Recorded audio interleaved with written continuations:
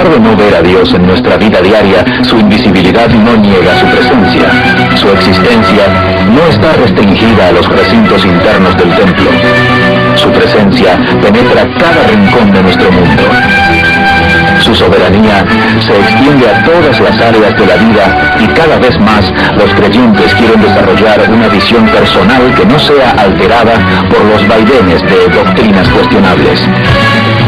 Desean desarrollar una visión del mundo en la cual toda la existencia se vive en presencia de Dios. Ministerios Ligonier existe para proveer instrucción cristiana sobre las características de Dios, su autoridad soberana sobre nosotros y su voluntad revelada para nosotros. Ministerios Ligonier contribuye a renovar las mentes de cristianos dedicados y pastores con enseñanzas bíblicas sólidas, beneficiando a los que buscan entender su fe y conocer a Dios. Ministerios Ligonier, establecido en 1971, es presidido por el Dr. Sproul, conocido conferencista, autor y teólogo. El Dr. Sproul enseña en forma personal y con su característico entusiasmo habla al público mediante verdades bíblicas sólidas, lleno de fervor y vitalidad. El Dr. Sproul examina el significado de la santidad y la razón por la cual la gente es fascinada y aterrada a la vez por un Dios santo.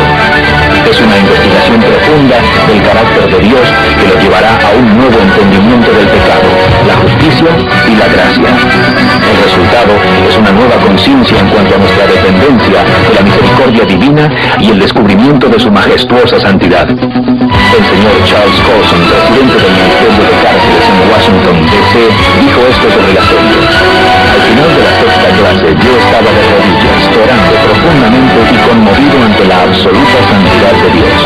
Gracias al excepcional don de comunicación del Dr. Sproul, llegué a conocer a Dios como jamás antes le había conocido. Esa parte de la santidad de Dios. La importancia de la santidad.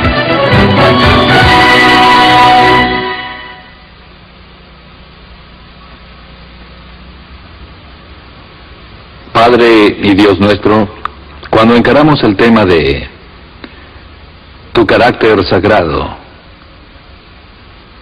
sabemos que nos estamos embarcando en una tarea imposible.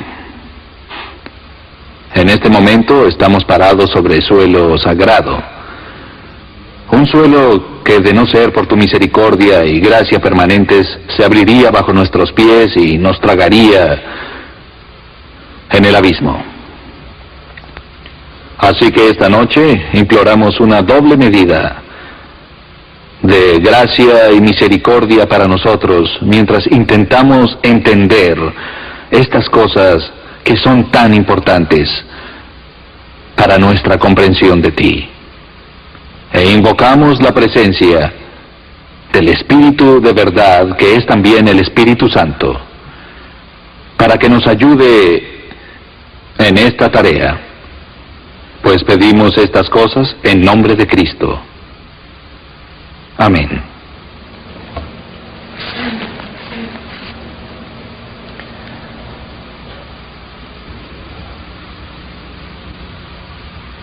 Yo estaba en el último año del Seminario Teológico de Pittsburgh. Era una tarde de otoño y recuerdo vívidamente que estaba estudiando solo. Estaba en la biblioteca y tenía una pila de libros delante de mí. Como saben, las bibliotecas de los seminarios son lugares silenciosos cual morgues, y a nadie se le permite hablar o conversar. Es un silencio profundo. De pronto me distrajo algo que escuché. Fue un murmullo que se levantó espontáneamente y que atravesó todas las mesas de la biblioteca. Las personas comenzaron a disipar la atmósfera del lugar, a levantarse, a irse, a salir apresuradamente hacia el patio del seminario. Yo no sabía lo que estaba ocurriendo con exactitud hasta que alguien por ahí dijo algo en voz alta, en forma inconfundible. Esto fue lo que dijo: una persona le disparó al presidente. ¿Pueden imaginar lo que un anuncio como este puede hacer a la rutina diaria y normal de las personas? Salí corriendo como cualquier otro norteamericano. Me pegué a la radio y escuché los boletines en todo momento, mientras el presidente Kennedy luchaba por su vida momentáneamente, y luego, por supuesto, el anuncio de su muerte llegó. Al siguiente día y en las siguientes semanas y meses, el pueblo de los Estados Unidos de Norteamérica estaba muy consternado por este trágico momento de nuestra historia, la súbita muerte de un presidente popular. Luego apareció un libro titulado Johnny, apenas te conocíamos, que llamaba la atención al hecho de que su presidencia fue realmente corta, pero es bastante común que cuando el presidente, líder, rey o el primer ministro de una nación fallece, sea un momento solemne, serio y de trauma para la nación. Eso fue cierto en Israel, al igual que en los Estados Unidos. Pues en el siglo VIII un rey llegó al trono de Jerusalén y empezó su reinado a los 16 años de edad y reinó en Jerusalén por más de 50 años, imagínenlo, más de medio siglo. Y él no fue el rey más importante ni más famoso de la historia judía, pero de seguro está entre los primeros 5. Su nombre era Usías. Lo que Usías consiguió durante su reinado fue traer la última reforma espiritual significativa al pueblo de esa tierra. Y cuando él murió, en realidad él murió en forma deshonrosa porque fue una especie de héroe trágico shakespeariano que violó sus propios principios espirituales y éticos durante el último año de su vida. Pero cuando murió, de alguna manera simbolizó un momento de cambio y decisivo en la historia judía. Pues después de ese día, la vida espiritual vibrante de la nación judía entró en un grave declive del cual jamás se recuperó. Creo que es significativo en la providencia de Dios que 4 años después de morir Usías, la ciudad de Roma se fundó. Y tuvo lugar un cambio cultural que le daría forma a toda la historia futura. Pero en medio de la lucha de esa nación, un hombre fue llamado por Dios a la sagrada vocación de ser profeta.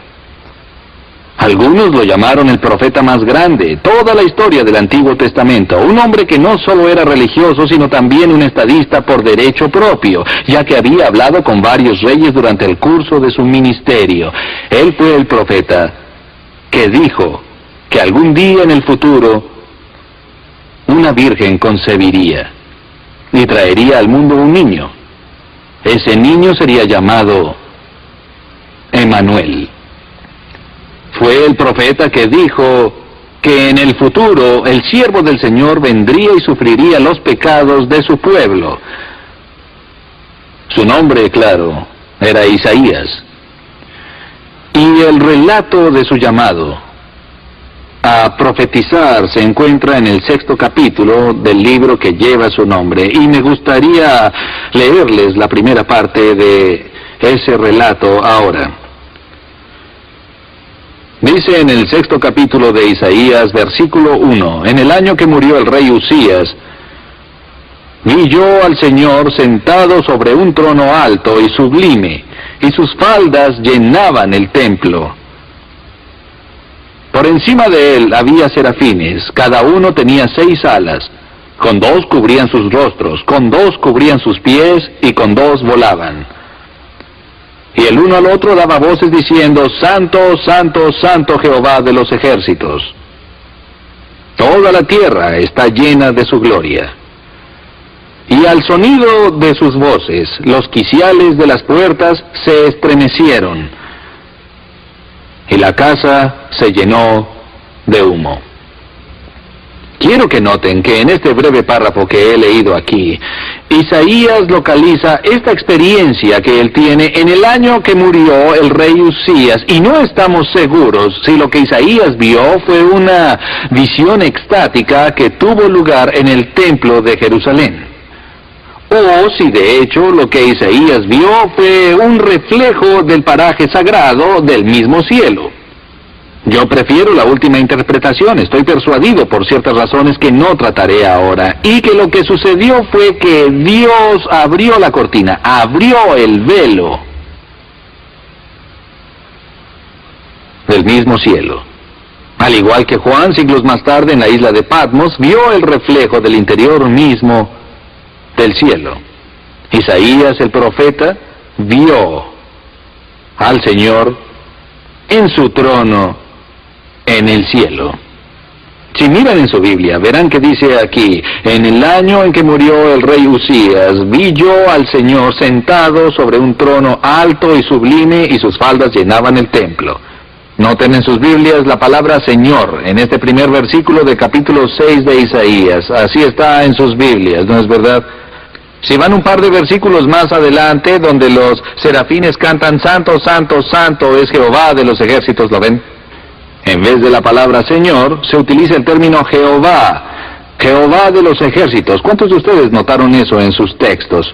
Ahora, es normal que encontremos esta distinción en las traducciones de la Biblia, y no se trata de algo arbitrario o casual. Por algo está así, y la razón es que los traductores trataron de reproducir una diferencia que ya existía en los manuscritos, que aunque se refiera en el texto a la misma persona, en ambos versículos, el hecho de que en las traducciones se hayan impreso términos diferentes indica que había dos palabras hebreas diferentes para ser traducidas. Cada vez que ustedes vean Jehová, Jehová de los ejércitos, pueden estar muy seguros de que la palabra hebrea que está siendo traducida es el nombre Jehová.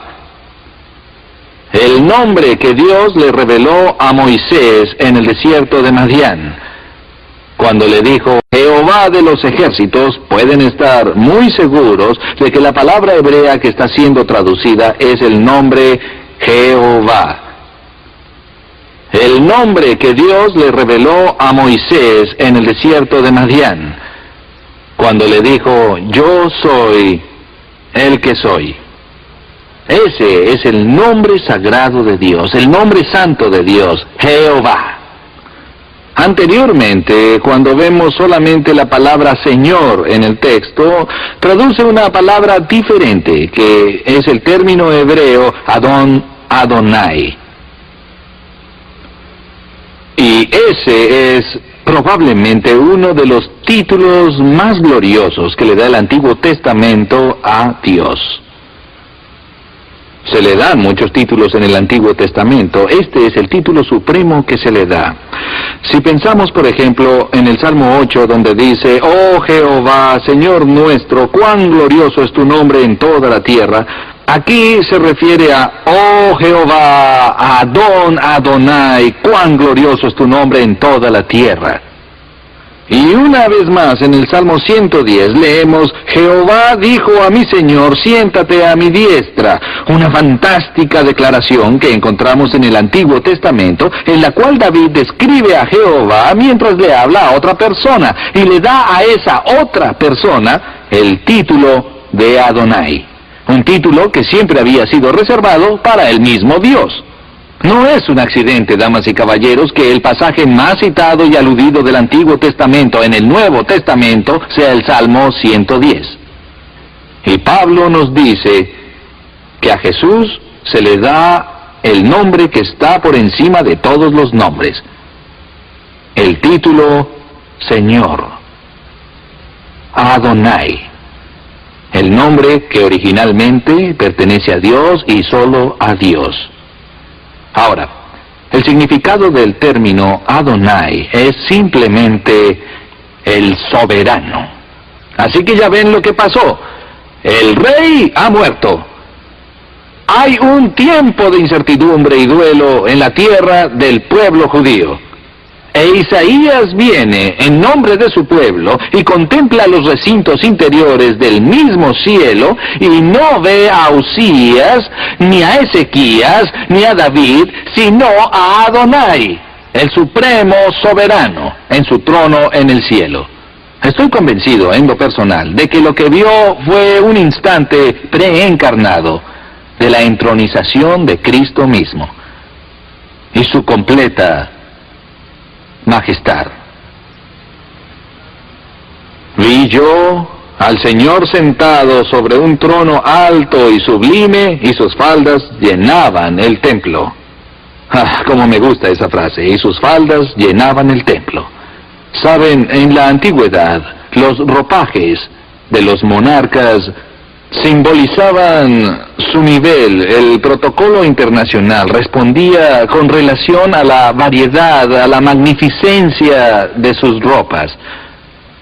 Si un rey usaba armiño, eso era increíble. Si usaba cebellina, era aún mejor. El visón ocupaba el segundo o tercer nivel. Y los que venían con túnicas de lino tenían que sentarse en las últimas filas de las reuniones de los reyes. Recuerdo haber visto una de las primeras teledifusiones internacionales que se efectuaron en América. Fue una escena de la coronación de la reina Isabel. Los comentadores hablaban y hablaban de la pompa y las circunstancias que solo los británicos pueden celebrar de esa forma. La magnificencia de su ropa, cuando se acercaba lentamente al trono de Westminster y antes fue al Palacio de Buckingham, donde varios pajes fueron requeridos para llevar la cola de su vestido cuando entró a la abadía, porque su vestido se volcaba a varios metros detrás de ella a medida que avanzaba. Pero oigan lo que digo aquí. Cuando vio esta visión del Rey de los cielos, vio un rey cuyas vestiduras esplendorosas rebasaban los costados del trono y caían y se plegaban a los costados del templo y llegaban a la entrada posterior, salían de allí y llenaban el templo por completo. Y lo que él vivió aquí fue una experiencia visual de la majestad que se focaliza en la magnificencia de los ropajes. Entonces él dijo, por encima del trono y por encima de Jehová y Adonai, el Señor, estaban los serafines, cada uno con 6 alas. Esta es la única referencia en la Biblia a estas criaturas llamadas serafines. Algunos han intentado identificarlos con los querubines, pero como la Biblia los distingue, creo que nosotros debemos distinguirlos. Sabemos muy poco de ellos, solamente que forman parte de la hueste celestial. Son seres que fueron creados especialmente por Dios para servirle día y noche en su presencia inmediata. Y si leemos la descripción que Isaías da de ellos, nos pueden parecer bastante extraños porque se nos ha dicho que tenían 6 alas. Quiero detenerme aquí y hacer un comentario. Cuando Dios crea criaturas, lo hace con cierta economía creativa. Él no malgasta material. Tiene una capacidad extraordinaria de crear lo que crea de forma que sea adaptable y adecuado a su medio ambiente. Dios hace a los peces con branquias y aletas porque su medio ambiente es el agua. Hace a los pájaros con alas y plumas porque su medio ambiente es el aire. Así que cuando Él crea seres angelicales, cuya tarea específica, su función dentro de la creación es servirlo en su presencia inmediata, los crea de tal manera que sean adecuados para su medio ambiente. Y aquí se nos dice que se les dieron 2 pares extra de alas. Con 2 cubrían sus caras. Piénsenlo. Estos seres angelicales servían a diario en la presencia inmediata y develada de Dios Todopoderoso, cuya gloria es tan refulgente, tan penetrante,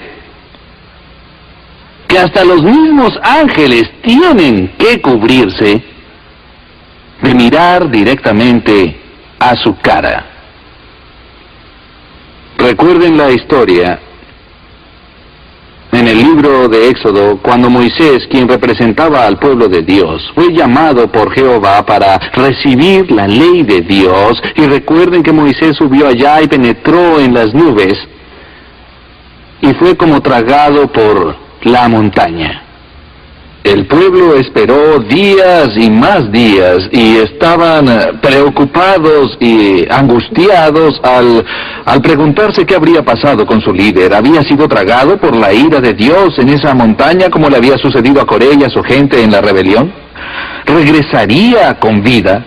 ¿Cuál sería el mensaje de Dios si es que regresaba? Así que esperaron, atemorizados y temblando, a que Moisés regresara. Y mientras Moisés estuvo en la montaña, habló con Dios. ¿Recuerdan la conversación? Puedo improvisar un poco sobre esto. Moisés le dijo a Dios: Dios, he visto algunas cosas magníficas durante toda mi vida. Me has mostrado el arbusto en llamas. He visto las plagas con las que devastaste a los egipcios. También te vi abrir el mar y cruzar una nación entera de gente hasta tierra firme.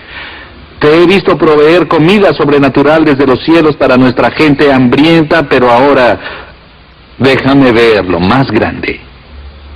Dios, por favor, permíteme ver tu rostro. Dios dijo: Moisés, no es posible eso. Sabes que es mi palabra, que ningún hombre me verá y vivirá. No puedes ver mi rostro, Moisés, pero esto es lo que haré. Tallaré un pequeño nicho en esta roca y te pondré en su hendidura. Luego te cubriré y pasaré a tu lado y te dejaré ver mis espaldas. Eso es lo que iba a dejarle ver Jehová a Moisés. Pero mi cara no será vista. Así que Dios puso a su siervo en la hendidura de la roca y dejó que su gloria pasara a su lado. Damas y caballeros, por un instante tan solo, Moisés obtuvo un vistazo desde atrás de la gloria refractada de Dios. ¿Y qué pasó? Y dejó que su gloria pasara a su lado. Damas y caballeros, por un instante tan solo, Moisés obtuvo un vistazo desde atrás de la gloria refractada de Dios. ¿Y qué pasó?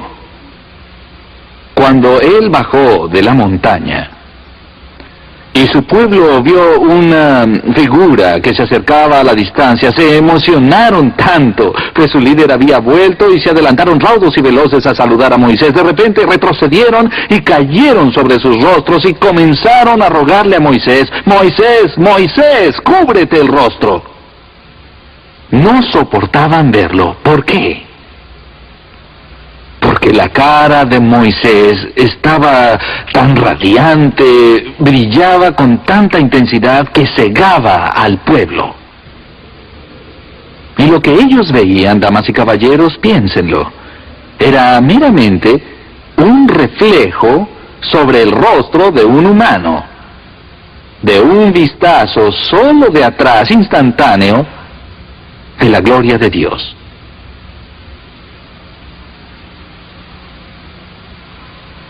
Los ángeles mismos deben cubrir sus ojos en su presencia. Y con otro par de alas se cubren sus pies. La Biblia no nos explica por qué era necesario para ellos cubrirse los pies. Solo puedo conjeturar y arriesgaré una opinión en este momento. Y es que los pies, tanto para los ángeles como para los hombres, son un símbolo en la Biblia del ser creado. Se nos dice que somos de la tierra, terrenales, que nuestros pies están hechos de barro. Cuando Moisés conoció a Dios en el desierto de Madián, que es lo primero que Dios le dijo: Moisés, Moisés, quítate los zapatos porque el suelo sobre el que estás es suelo sagrado. Le pidió que desnudara sus pies. El símbolo de ser criatura, el símbolo de su sumisión ante la presencia del Santo. Y aún en el cielo, los ángeles cubren su símbolo de ser creados. Por más fascinado que yo esté, damas y caballeros, por la anatomía de los serafines, estas son en realidad consideraciones menores sobre este texto. Lo que en verdad importa de este texto, creo yo, no es la estructura de los ángeles, es el mensaje de los ángeles. Vean lo que la Biblia nos dice, que con dos volaban y uno al otro daban voces diciendo, Santo, Santo, Santo, Jehová de los ejércitos. Toda la tierra está llena de su gloria. Estuve parado allá antes de que esta serie comenzara, y los que nos ven por videotape no pudieron ver las cosas que hicimos al comenzar, y una de las cosas que hizo este grupo de personas fue cantar el himno clásico de la iglesia denominado Santo, Santo, Santo. Y yo los escuchaba mientras cantaban, y no puedo escuchar ese himno sin que los escalofríos recorran toda mi espalda. Es magnífico, ¿no es así? Y yo pienso en los ángeles y en todos arrojando sus doradas coronas frente al mar de vidrio delante del trono. Todos nuestros valores, lo que tenemos, lo arrojaríamos con entusiasmo ante los pies del Santo, ¿no es así? Con gran elocuencia este himno celebra triunfalmente la majestad de Dios. Pero mientras escuchaba lo que ustedes cantaban, por más hermoso que sonaba, ¿pueden imaginarse lo hermoso que sería cantado por un coro de ángeles? Y eso es lo que vio Isaías. Las huestes celestiales sobre el trono de Dios, cantándose unos a otros, dando voces con una sola palabra, repitiendo una y otra y otra y otra vez, Santo, Santo, Santo. Es el Señor Todopoderoso. Los cielos y la tierra están llenos de su gloria. Amigos, aquí hay algo en este texto que como personas hispanoparlantes podemos leer cientos de veces y pasar por alto cada vez. Hay algo muy judío en este texto. En nuestro idioma, cuando queremos llamar la atención a algo de particular importancia, para darle énfasis, hay varias formas de hacerlo. Podemos quizás subrayar o usar bastardillas o poner negrillas, ponerle comillas o tal vez paréntesis o llenar la página con puntos de exclamación, aunque no sea necesario poner una exclamación. Hasta mis editores lo hacen. Encuentro estas cosas en todos los borradores finales y ponen exclamación donde no la hay, y por favor no vayan a pensar que no estoy consciente de cómo utilizar la exclamación, pero la verdad me vuelven loco, y eso es lo que hacemos con el énfasis. Los judíos hacían lo mismo. Hacían todo eso y subrayaban, usaban bastardilla, negrilla, pero tenían otra técnica para llamar la atención a algo de singular importancia. Era una simple técnica de repetición verbal. Pienso, por ejemplo, en el apóstol Pablo cuando les escribe a los Gálatas y les avisa sobre los peligros de abandonar el evangelio que ya habían recibido de él. Y les dijo, les aviso que si les predican cualquier otro evangelio aparte del que ya han recibido, aunque sea un ángel de los cielos, que sea anatema, anatema, anatema, que significa maldito.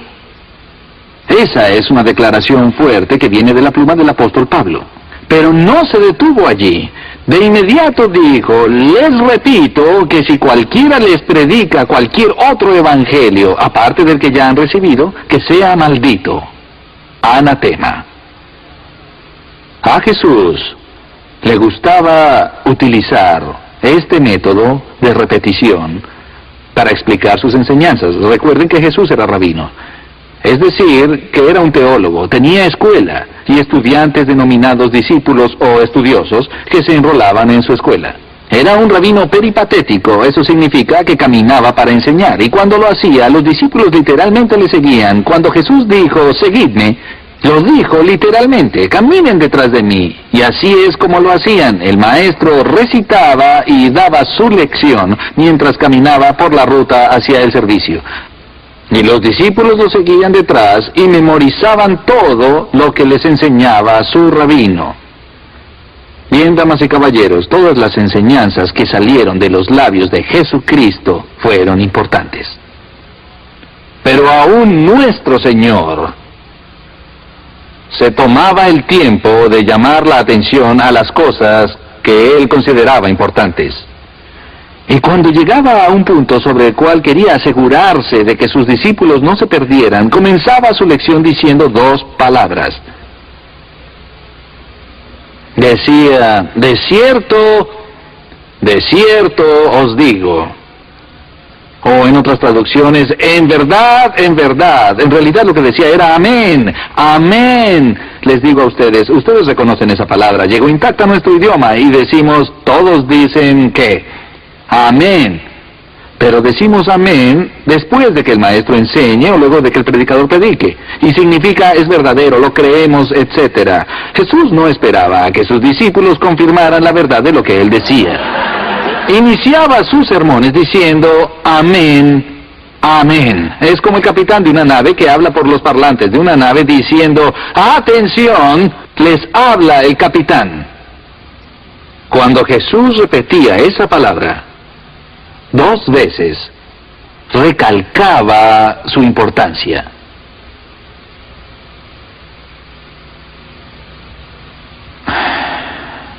Damas y caballeros, hay un solo atributo de Dios que siempre es elevado al tercer nivel de repetición en las Escrituras. Una característica de Dios Todopoderoso, que se comunica en grado superlativo desde los labios de los ángeles, donde la Biblia no solo dice que Dios es santo, ni siquiera santo, santo, sino santo, santo, santo.